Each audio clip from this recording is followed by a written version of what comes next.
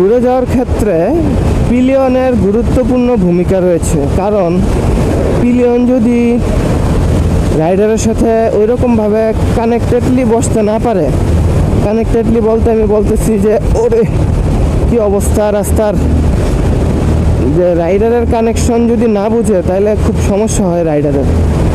যেমন আমার কিছু বন্ধু বান্ধব আছে, পিছনে বসে ঠিকই, আমি গাড়ি ডান দিকে লিন করতেছি, গাড়ি বামে যায়, কারণ বাম দিকে ঝুঁকে বসে আছে। একটু পর পর ওরা ঠিক করতে হয়, একটু পর পর ওরা ঠিক করতে হয়।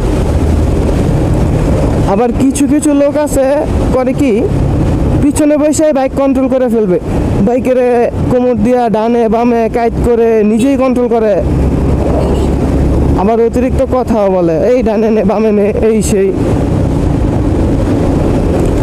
আর কিছু কিছু পিলিয়ন আছে যারা খুব শান্তভাবে বসে থাকে এবং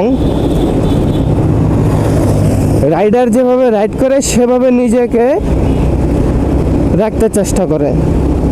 যেমন রাইডার ডানে নিতেছে, লিন করতেছে, পিলিয়ন খুব সুন্দর তার বডি ব্যালেন্স করতেছে। এটা হচ্ছে গুড পিলিয়ন। এরকম পিলিয়ন হলে বাইক রাইডিং করে খুব মজা পাওয়া যায়, লং ট্যুরেও খুব কমফোর্টেবল ফিল করা যায়।